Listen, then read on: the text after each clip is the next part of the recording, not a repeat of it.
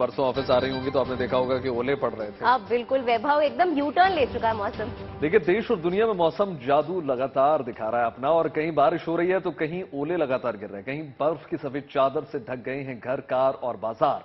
IMD ने अगले 2 दिन छत्तीसगढ़, उड़ीसा, झारखंड, पश्चिम बंगाल, उत्तर तटीय आंध्र प्रदेश के कुछ हिस्सों और पूर्वोत्तर भारत में हल्की से मध्यम बारिश होने की संभावना जता दी है। वहीं छत्तीसगढ़, उड़ीसा, झारखंड, बिहार और पश्चिम बंगाल में गरज के साथ बारिश और ओले गिरने की संभावना फिर से जताई गई है। वहीं देखिए, दिल्ली एनसीआर में अगले 2 दिन बारिश से भरे हुए होंगे।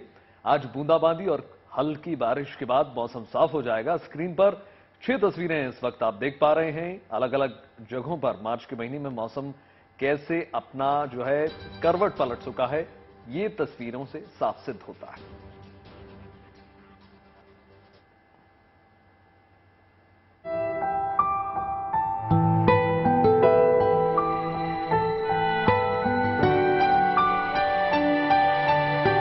रिमझिम फुहारों ने दी सुहाने मौसम की सौगात। आसमान में बादलों का डेरा और ठंडी हवा में राहत का एहसास। दिल्ली एनसीआर समेत पूरे उत्तर भारत में इन दिनों मौसम की आंख मिचौली चल रही है। मार्च महीने की शुरुआत में गर्मी तेवर दिखा रही थी, लेकिन अब पिछले कुछ दिनों से अचानक मौसम ने यू टर्न ले लिया है। ठंडी हवाओं पर सवार काले बादलों की आवाजाही पूरे एनसीआर में बढ़ गई है और रुक रुक कर हुई बारिश ने मौसम का मिजाज ही बदल दिया। रविवार को भी दिल्ली एनसीआर के कुछ इलाकों में बारिश हुई थी और सोमवार शाम तो एनसीआर के तमाम इलाके बारिश में भीग गए। ये ठंडी हवा, ये सुहाना मौसम आपको समझा रहा है कि दिल्ली एनसीआर में मौसम में परिवर्तन हुआ है। पिछले कुछ 2 या 3 दिनों में जैसी परिस्थितियां बदली, रिमझिम बारिश हुई, हालात ऐसे बदले कि आप खुद कहने को मजबूर हो गए कि आज तो मौसम लाजवाब है। ऐसे हालात अगले 8 से 10 दिन रहने वाले हैं। पूरे उत्तर भारत में तापमान में करीब 8 से 10 डिग्री तक कमी आएगी और आप कह सकते हैं कि जो परिस्थितियों का सामना आपने मार्च के पहले हफ्ते में और फरवरी के आखिरी हफ्ते में 122 साल का रिकॉर्ड टूटते हुए देखा, गर्मी की वजह से ऐसे हालात अगले 10 दिनों में आपको देखने को नहीं मिलेंगे। मौसम विभाग का अनुमान है कि आने वाले कुछ दिनों में मौसम का हाल कुछ ऐसा ही रहने वाला है। दिल्ली के साथ हिमाचल, उत्तराखंड और हरियाणा में भी बारिश के आसार हैं। पिछले मार्च में बहुत ज्यादा गर्मी पड़ी थी। उस समय क्या था कि कोई भी वेस्टर्न डिस्टर्बेंस प्लेन्स पे असर नहीं किया था, और इस बार अभी सीरीज वाइज वेस्टर्न डिस्टर्बेंस आ रहे हैं। अभी भी जो वेदर हो रहा है वो वेस्टर्न डिस्टर्बेंस है। इसके बाद फिर हम एक्सपेक्ट करें 2 दिन के बाद फिर एक और वेस्टर्न डिस्टर्बेंस आ रहा है। तो मोटा मोटी अभी हम ये कहेंगे कि आने वाले दिनों में अभी नॉर्थ वेस्ट इंडिया में आज वेदर रहेगा।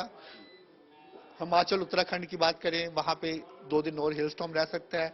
ये हरियाणा वगैरह में आज भी नीचे हेल स्टॉर्म हो सकता है, नीचे की मतलब साउथ हरियाणा में, इस रीजन में जहां आप क्लाउड्स देख रहे हैं। उसके बाद कल के बाद कम हो जाएगा। अप्रैल के महीने में गर्मी एक बार फिर दस्तक देने को तैयार है, लेकिन फिलहाल आने वाले कुछ दिनों तक सुहाने मौसम की ये सौगात जारी रहने वाली है। अगले 10 दिन कम से कम आपको मार्च के महीने में ठंडक का एहसास होने वाला है और गर्मी का सामना अभी फिलहाल आपसे नहीं होगा। कैमरा पर्सन जगन्नाथ के साथ Arun Sinha, good news today के लिए। मौसम ने करवट ले ली है तो पहाड़ों पर दोबारा बर्फबारी शुरू हो गई है। बात हिमाचल की करें तो हिमाचल में बर्फ की वजह से पारा फिर से नीचे गिर गया। बर्फबारी की वजह से केदारनाथ और बद्रीनाथ में काम की रफ्तार पर भी काफी असर पड़ा है।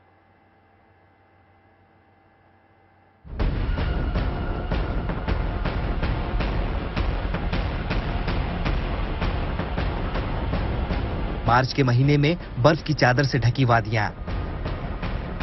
हिमाचल प्रदेश में ताजा बर्फबारी से एक बार फिर पारा लुढ़क गया है। पिछले कुछ दिनों से हवाओं के बदले मिजाज का एहसास हो रहा था। सोमवार सुबह से ही मंडी और दूसरे पहाड़ी इलाकों को सफेद बर्फ ने अपने आगोश में ले लिया। ये मौसम सेब और मटर के लिए तो फायदेमंद है, लेकिन गोभी की फसल को इसमें नुकसान होने की आशंका है। हिमाचल के साथ साथ उत्तराखंड के कई जिले भी बर्फबारी के चपेट में हैं। इन दिनों केदारनाथ धाम के रास्ते से बर्फ हटाने का काम चल रहा है। ताजा बर्फबारी से इस काम में और वक्त लग रहा है। मंदिर परिसर में जमी 4 से 5 फीट बर्फ को हटा दिया गया था, लेकिन लगातार हो रही बर्फबारी से एक बार फिर परिसर में बर्फ जमने लगी है। खराब मौसम की वजह से केदारनाथ धाम के दूसरे चरण का पुनर्निर्माण भी शुरू नहीं हो पा रहा है। केदारनाथ धाम के साथ साथ बद्रीनाथ धाम में भी मौसम नई चुनौतियां पेश कर रहा है। 27 अप्रैल से बद्रीनाथ धाम के कपाट खुलने वाले हैं। इसके लिए तैयारियां भी जोरों पर चल रही है, लेकिन चमोली में बदलते मौसम का असर काम की रफ्तार पर पड़ रहा है। पहाड़ों की चोटियां बर्फ से ढकी दिख रही हैं और पारा भी लुढ़कता जा रहा है। मौसम भले ही नई चुनौतियां पेश करे, लेकिन प्रशासन की पूरी कोशिश है कि रास्तों से बर्फ हटाने का काम वक्त पर पूरा कर लिया जाए, ताकि भगवान के दर्शन करने के लिए आने वाले भक्तों को कोई परेशानी न हो। मंडी से परी शर्मा और चमोली से कमल नयन सिलोरी के साथ रुद्रप्रयाग से Praveen Semwal, good news today.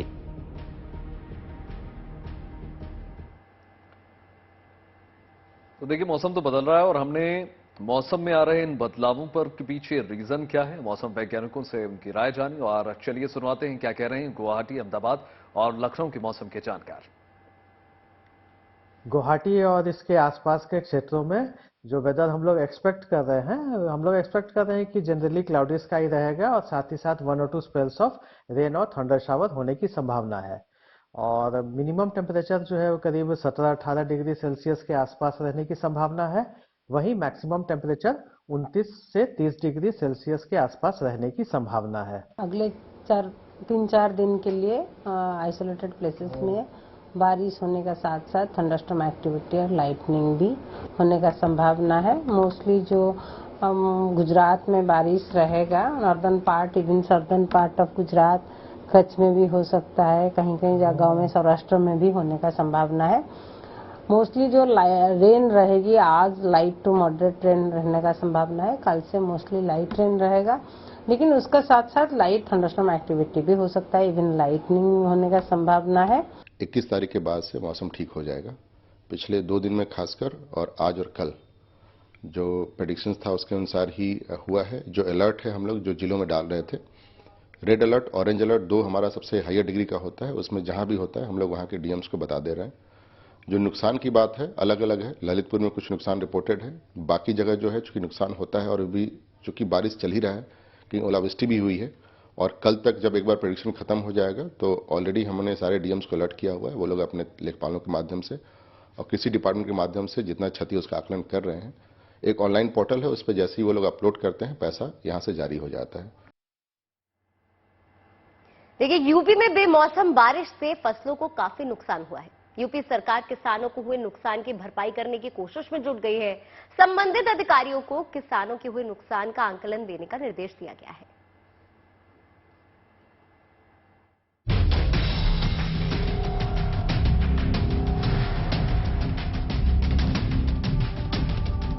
बेमौसम बरसात ने गर्मी से तो राहत दे दी, लेकिन यूपी के तमाम जिलों में ये बारिश आफत बनकर आई। आसमान से गिरी बिजली की चपेट में आकर 10 लोगों ने जान गंवा दी। बारिश और ओले की वजह से तमाम जिलों की खड़ी फसलें धराशायी हो गई। कुदरत की इस चुनौती से निपटने के लिए यूपी सरकार एक्शन में आ गई है। हादसे के शिकार लोगों के परिवारों को 4-4 लाख रुपए का मुआवजा दिया जा रहा है। बारिश की वजह से होने वाले फसलों के नुकसान का आकलन भी किया जा रहा है। उत्तर प्रदेश के कई इलाकों में गरज चमक के साथ बारिश हुई। यही नहीं, पिछले कुछ समय में ओले भी पड़े हैं कई जगह में, तो इस ओलावृष्टि से भी खेतों को नुकसान हुआ है। सबसे बड़ी वजह यह है कि तापमान तो गिरा है, लोगों ने जो गर्मी मार्च के महीने में ही हो रही थी उससे कुछ राहत की सांस ली है, लेकिन किसानों को इससे बड़ा नुकसान होने की संभावना है, क्योंकि गेहूं, दलहन और तिलहन की जो फसल है उसको इससे नुकसान हुआ है। और ऐसे में उत्तर प्रदेश के मुख्यमंत्री योगी आदित्यनाथ ने इस बात को लेकर के निर्देश जारी किए हैं कि सभी अधिकारी फील्ड पर रहें और खेतों में देखें कि किस तरह का नुकसान हुआ है, नुकसान का आकलन करें। यूपी के कुछ जिलों में तो फसलों का काफी नुकसान हुआ है। गेहूं की फसल कटने को तैयार थी, लेकिन बारिश की वजह से खेतों में पानी भर गया और तैयार फसल बर्बाद हो गई। बहुत नुकसान हुआ है, पानी हुआ है। 4-6 दिन में गेहूं कटने वाले थे, सब माने डूब गए। गेहूं की फसल बहुत बर्बाद हो गई है। यहाँ पर 2 दिनों से अत्यधिक बारिश हो रही है। इतनी बारिश हो रही है कि गेहूं की फसल में पानी जम चुका है। गेहूं के खेतों में पानी जम चुका है, गेहूं गिर गया है और फसल नुकसान हो रही है। जो गेहूं पकने वाला था कुछ ही दिन में पक जाता, कटाई हो जाती, गेहूं घर में आ जाता। किसान लोग काफी परेशान हैं। यूपी सरकार ने बारिश की चपेट में आए जिलों में होने वाले नुकसान का आकलन करने की जिम्मेदारी जिलाधिकारियों को दी है। जिन किसानों ने प्रधानमंत्री फसल बीमा योजना के तहत अपनी फसल का बीमा कराया है, उनके नुकसान की भरपाई सरकार जल्द करेगी। सरकार ने किसानों को कहा है कि सरकारी राहत हासिल करने के लिए किसान अपनी फसलों का सर्वे कराएं और 72 घंटे के अंदर कॉल सेंटर पर नुकसान की सूचना जरूर दें। भदोही से महेश जायसवाल और वाराणसी से रोशन जायसवाल के साथ लखनऊ से शिल्पी सेन, गुड न्यूज टुडे। बात कुछ और खबरों की हो जाए। देखिए, चैत्र नवरात्रि कल से शुरू होने वाली है और माता वैष्णो देवी के भक्तों के लिए एक शानदार खबर निकल कर आई है। देखिए, कटरा में 5 मंजिला दुर्गा भवन बनकर अब तैयार हो चुका है। यहां करीब 3000 भक्तों के ठहरने का इंतजाम है और 2500 भक्तों के लिए मुफ्त में ठहरने का इंतजाम है। जम्मू कश्मीर के एलजी मनोज सिन्हा ने दुर्गा भवन का ये सौगात भक्तों को दी है। देखिए,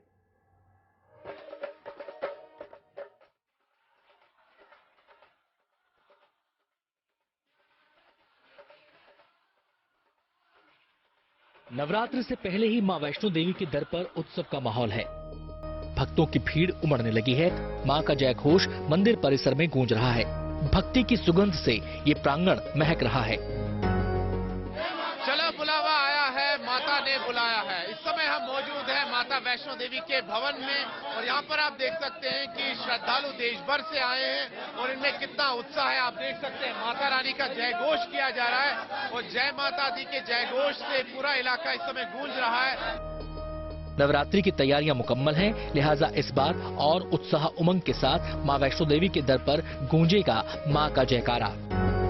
नवरात्रों में लोगों को जहाँ पर काफी भीड़ होती है, लोगों की भक्तों की, जहाँ मां वैष्णो देवी के दर्शनों के जो आते हैं और उनके लिए जो है कि ये एक बहुत विशेष सुविधा जो है उनको जो प्राप्त हुई है।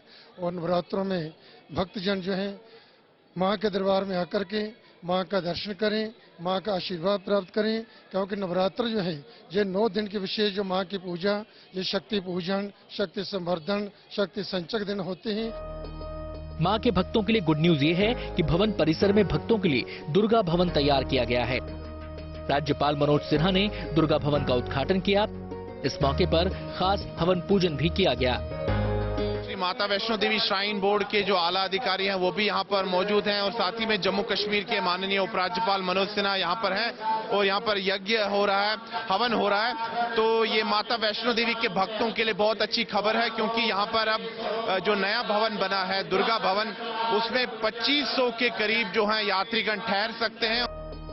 इस 5 मंजिला इमारत में श्रद्धालुओं के लिए rooms, washroom, lockers, blanket stores, भोजनालय और लिफ्ट जैसी तमाम सुविधाएं हैं। इसमें रोजाना 2500 श्रद्धालुओं के निःशुल्क ठहरने का इंतजाम है। खास बात यह है कि दुर्गा भवन को 18 महीने के रिकॉर्ड टाइम में तैयार किया गया है।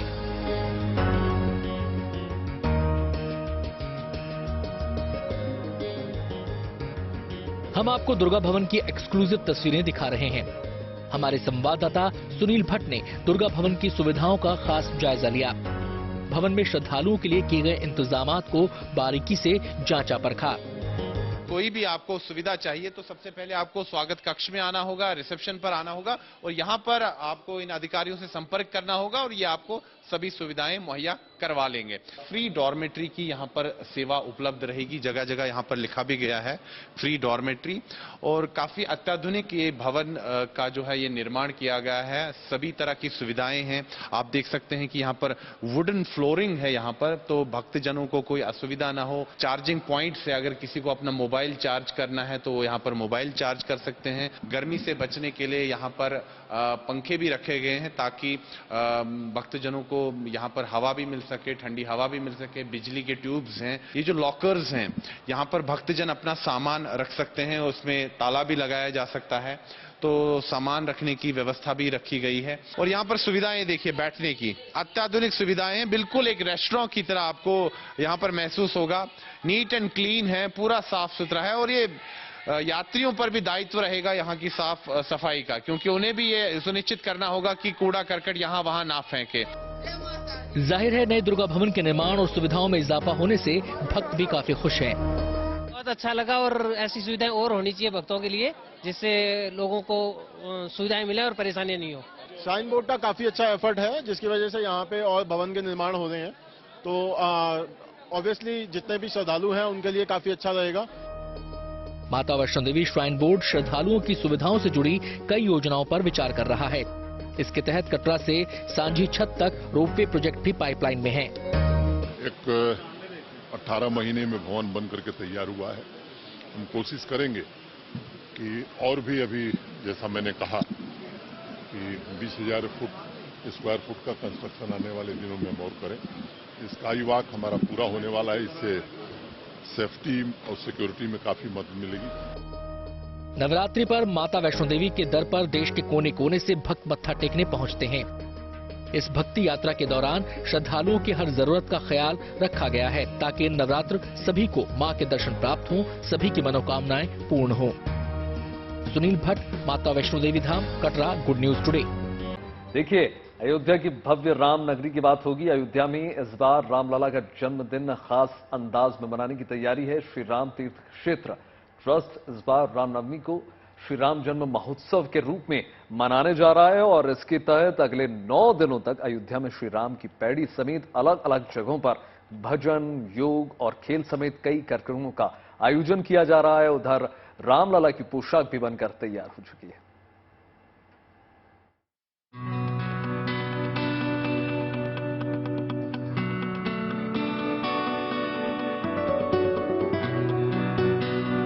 ये तैयारी रामलला के जन्मदिन की है। उनके लिए तैयार हो रही है ये खास पोशाक। अयोध्या के मंदिर में इसी पीले रंग के वस्त्र में नजर आएंगे रामलला। वैसे तो भगवान राम अलग अलग दिनों में अलग अलग रंग की पोशाक पहनते हैं, लेकिन रामनवमी का दिन खास है और इस दिन रामलला को पीले वस्त्र ही पहनाए जाते हैं। मान्यता है कि पीले रंग का वस्त्र शुभ होता है और खास दिन पर ग्रह नक्षत्रों के अनुकूल भी होता है। बहरहाल इस खास दिन के लिए रामलला की खास पोशाक बनकर तैयार हो चुकी है। राम जन्मभूमि परिसर के अस्थायी मंदिर में रामलला का ये आखिरी जन्मोत्सव है। 30 मार्च को जब रामलला अपने अस्थायी मंदिर में अपना जन्मोत्सव मनाएंगे, उस समय ये खास पीले रंग का वस्त्र पहनेंगे। अब हमारे साथ देख सकते हैं ये जो वस्त्र सिले जा रहे हैं, यही रामलला अपने जन्मदिन पर पहनने वाले हैं। ये भगवत प्रसाद है। सालों से रामलला के वस्त्र यही सिलते रहे हैं। पहले इनके पिताजी सिलते थे, बाद में ये जिम्मेदारी इनके हिस्से आई।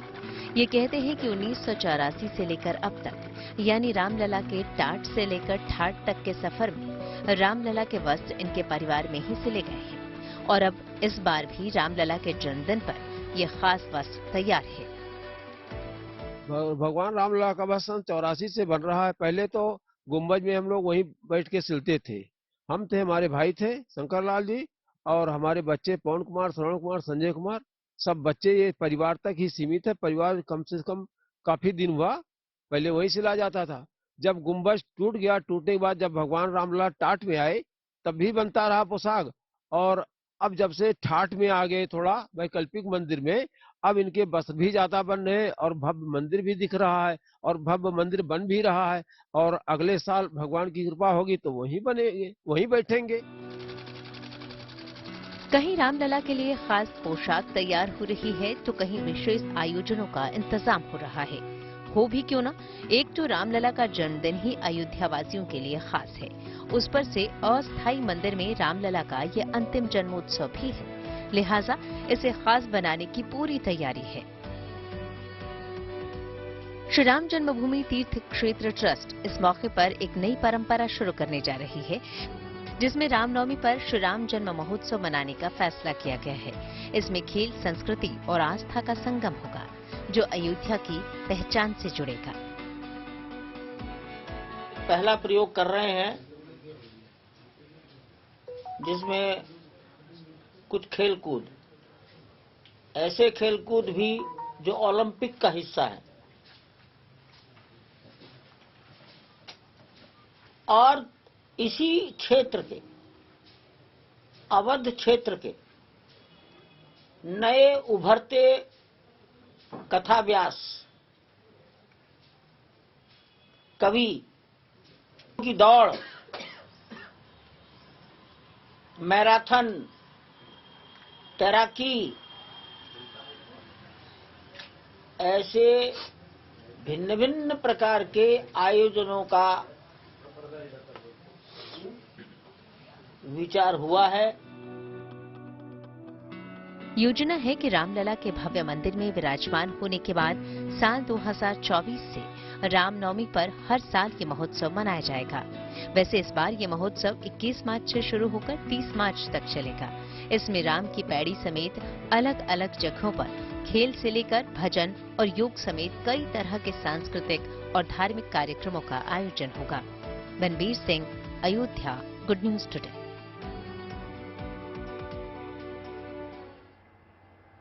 जैसे जैसे अयोध्या में राम मंदिर आकार ले रहा है, श्रद्धालुओं में भगवान राम के जल्द दर्शन को लेकर उम्मीद भी बन रही है और मन में एक छवि राम की भी बन रही है।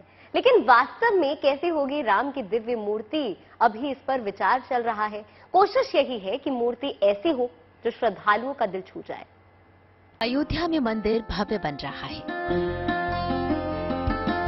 चर्चा दूर दूर तक है। अब कवायद रामलला की दिव्य मूर्ति को लेकर है। कैसी हो रामलला की मूर्ति जो श्रद्धालुओं के दिल में उतर जाए? कैसी हो रामलला की आंखें कि उन्हें देखकर चाहने वालों को सुकून मिल जाए? कैसे हो उनके चरण कि उन्हें पूजने वालों को उनके प्रेम का वरदान मिल जाए? विशेषज्ञों की टीम इस पर चर्चा कर रही है। कोशिश है कि मूर्ति ऐसी हो कि जिसे श्रद्धालु सिर से पांव तक निहार सकें और मूर्ति से भाव ऐसे बहें कि जो एक बार निहार ले ताउम्र दिल में बस जाए। विद्वानों का सुझाव ये था, दर्शक की आंख और भगवान की आंख एक लाइन में आनी चाहिए। दर्शक कितनी दूरी से देखेगा तो कम से कम 30 से 35 फीट दूरी से ही दर्शन करना संभव है। 5 फीट 10 फीट निकट जाकर दर्शन नहीं हो सकेंगे। तो 30-35 फीट दूर खड़ा हुआ दर्शक और भगवान की आंख और भगवान के चरण ये मनुष्य की आंख में आने चाहिए। श्री राम जन्मभूमि तीर्थ क्षेत्र ट्रस्ट के मुताबिक नए मंदिर में रामलला की बाल रूप मूर्ति होगी, 5 से 6 साल के बालक की, क्योंकि राम जन्मभूमि परिसर में श्री राम के बाल रूप की ही पूजा होती है।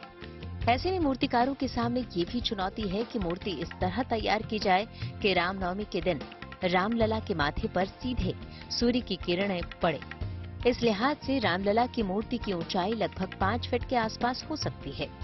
इसके लिए भी 2 तरह की मूर्ति का प्रस्ताव आया है, एक धनुष लिए बैठे रामलला की और दूसरी बाल रामलला के खड़े स्वरूप की। हालांकि एक राय रामलला के खड़े बाल स्वरूप पर बन रही है, लेकिन ये तय करने के लिए भी मूर्तिकारों की कला को पहले परखा जाएगा। 9 इंच 12 इंच की छोटी छोटी प्रतिमाएं आएंगी, तब उसको देखकर कैसा लगता है। बालक की राम की आंखें कैसी, राम के नाक और कान और चेहरा कैसा, पैरों की उंगलियां हाथों की उंगलियां कैसी, धनुष कितना बड़ा, तीर कितना बड़ा बालक का। ये जो बहुत बारीकियां हैं, इन बारीकियों का चित्रकारों ने कहा है कि हम पहले चित्र बना कर देंगे, उस चित्र के आधार पर कई लोग मूर्तियां बनाएंगे, उसमें से फिर निर्णय होगा कौन सी मूर्ति ज्यादा हृदय को स्पर्श करती है। इस पर भी काम चल पड़ा है। राम मंदिर ट्रस्ट के द्वारा चयनित मूर्तिकारों द्वारा मूर्तियों के मॉडल ट्रस्ट को दिखाए और सौंपे जा रहे हैं। मैंने अपना रामलला का एक मॉडल बना करके यहाँ इनको दिया है कि मेरा किस तरीके का क्वालिटी का वर्क है। इनका कहना है कि हम 4-5 आर्टिस्टों को करके उनको कंपटीशन के रूप में वर्क करवाएंगे सबसे, और फिर जिसका जो बेटर वर्क होगा वो यहाँ पर डिस्प्ले होगा। कुल मिलाकर भव्य राम मंदिर में रामलला की मूर्ति भी दिव्य हो, इसके लिए कवायद जारी है। लेकिन जिस बारीकी से रामलला की मूर्ति में राम के स्वरूप की झलक देने की कोशिश हो रही है, उससे ये अंदाजा लगाया जा सकता है कि रामलला की मूर्ति कितनी सुंदर होगी।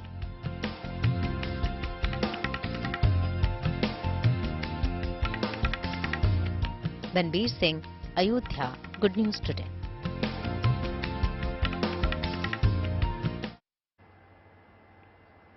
देखिए, कहते हैं कि सनातन धर्म सबसे पुराना धर्म है और सनातन धर्म और इसकी संस्कृति के प्रति विदेशियों की आस्था दिन ब दिन बढ़ती चली जा रही है। अपनी भौतिक सुख समृद्धि छोड़कर 7 समंदर पार से भारत में आकर भजन कीर्तन करना और भक्ति की सरता में डुबकी लगाना विदेशी श्रद्धालुओं को काफी रास आ रहा है। इसी कड़ी में देखिए, विदेशी श्रद्धालुओं का एक जत्था माता सीता की प्राकट्य स्थली सीतामढ़ी पहुंचा और मंदिर में खूब भजन कीर्तन किए। सीतामढ़ी में उन्होंने पुनौरा धाम पहुंचकर माता सीता और भगवान राम की पूजा अर्चना की। इस दौरान विदेशी श्रद्धालु भक्ति भावना से ओतप्रोत होकर नाचते गाते झूमते हुए नजर आए। इस जत्थे में Argentina, south Africa, America, Norway, England समेत कई देशों के श्रद्धालु शामिल हैं। सीतामढ़ी में इन विदेशी भक्तों का भव्य स्वागत भी किया गया। बस से उतरने के समय उन पर पुष्प वर्षा की गई। काबिले गौर है कि इनमें अधिकांश विदेशी श्रद्धालुओं ने भारतीय पोशाक पहन रखी थी। इस मौके पर उन्होंने माता सीता और भगवान राम से जुड़ी स्थानों पर दर्शन किए।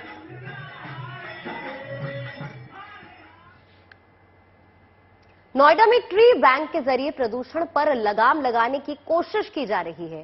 देखिए, इस ट्री बैंक में मुफ्त में पौधे दिए जाते हैं। दो दोस्त अपनी कोशिश से इस मुहिम को आगे बढ़ा रहे हैं।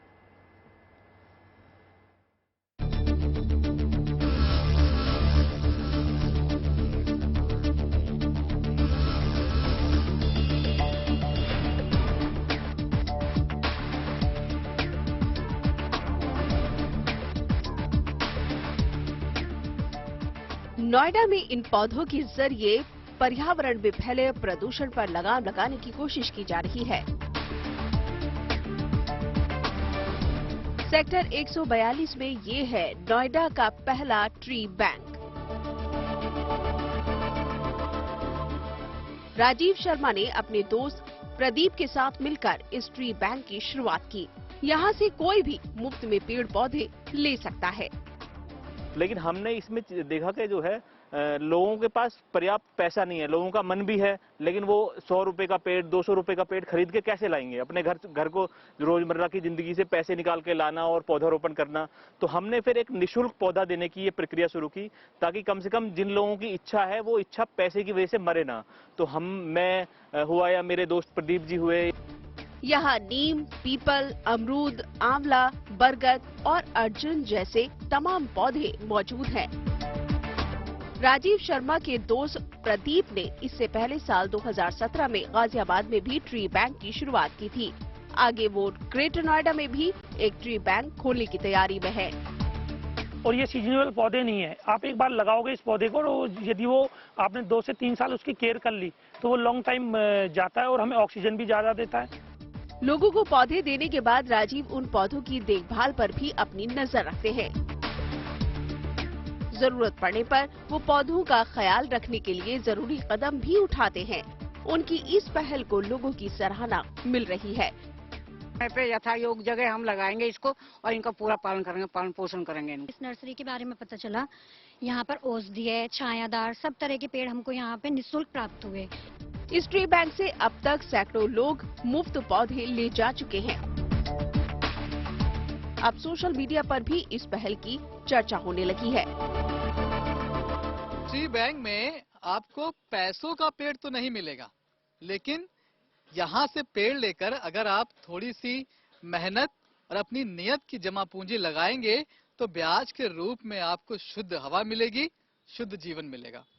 वैसे भी कहते हैं कि दिल्ली एनसीआर में गार्डनिंग बहुत महंगा शौक है, तो यहाँ पर आइए, फ्री में पेड़ ले जाइए, लगाइए और कल के लिए एक बेहतर पर्यावरण तैयार करिए, ताकि आने वाले वक्त में इंसान को ऑक्सीजन के लिए किसी सिलेंडर का सहारा ना लेना पड़े।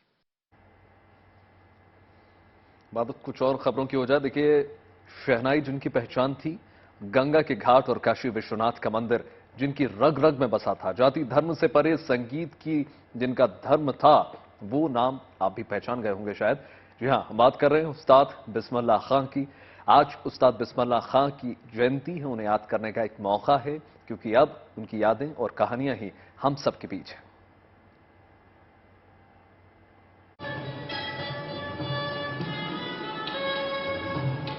इस आम गली को एक नाम ने खास बना दिया।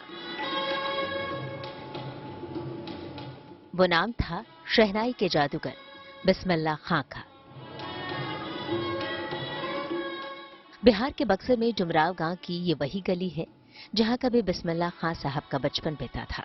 21 मार्च 1916 को इसी बुधवा पट्टी में जन्मे थे शहनाई के शहंशाह, जिसे आज भी वहां के लोग बड़ी शान से याद करते हैं और चाहते हैं कि इस हरे रंग की उनके नाम की पट्टी के अलावा उनकी एक प्रतिमा भी हो, ताकि आने वाली पीढ़ी उन्हें करीब से महसूस कर सके। हम लोग चाहते यही है कि उनकी याद में कुछ बन जाए, जो उनका जमीन है एक तो पुतला लग जाए, धर्मशाला बन जाए, और हम लोग को क्या चाहिए कि जो हम लोग उनको याद कर सकें। शायद कम लोगों को पता हो कि उस्ताद बिस्मिल्लाह खां का एक और नाम कमरुद्दीन खान भी था। अपने जीवन के शुरुआती दिनों में ही वो अपने पिता और चाचा के साथ शहनाई का रियाज करने लगे थे।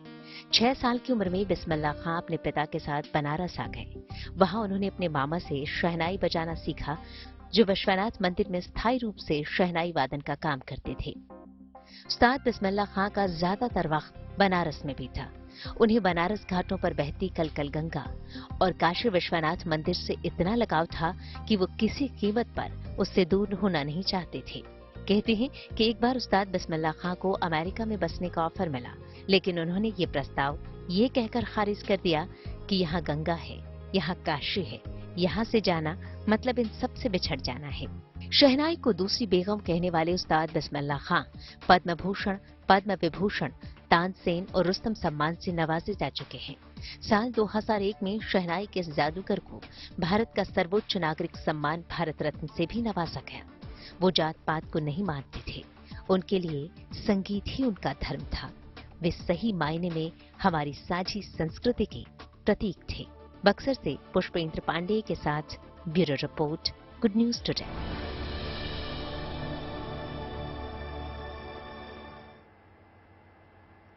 और अब आपको दिखाते हैं भारत जापान दोस्ती की तस्वीर। जापान के प्रधानमंत्री किशिदा अभी दिल्ली दौरे पर हैं। किशिदा ने इंफ्रास्ट्रक्चर और सिक्योरिटी के क्षेत्र में $75 बिलियन की मदद का ऐलान किया है। कई द्विपक्षीय समझौते भी हुए। इन सब के बीच कल प्रधानमंत्री नरेंद्र मोदी और किशिदा ने गोलगप्पे पर चर्चा की। जापानी प्रधानमंत्री ने गोलगप्पे का स्वाद चखा। दोनों प्रधानमंत्री ने लस्सी बनाने का इस दौरान हुनर भी दिखाया। 2 तस्वीरें इस वक्त आपके टीवी स्क्रीन पर हैं।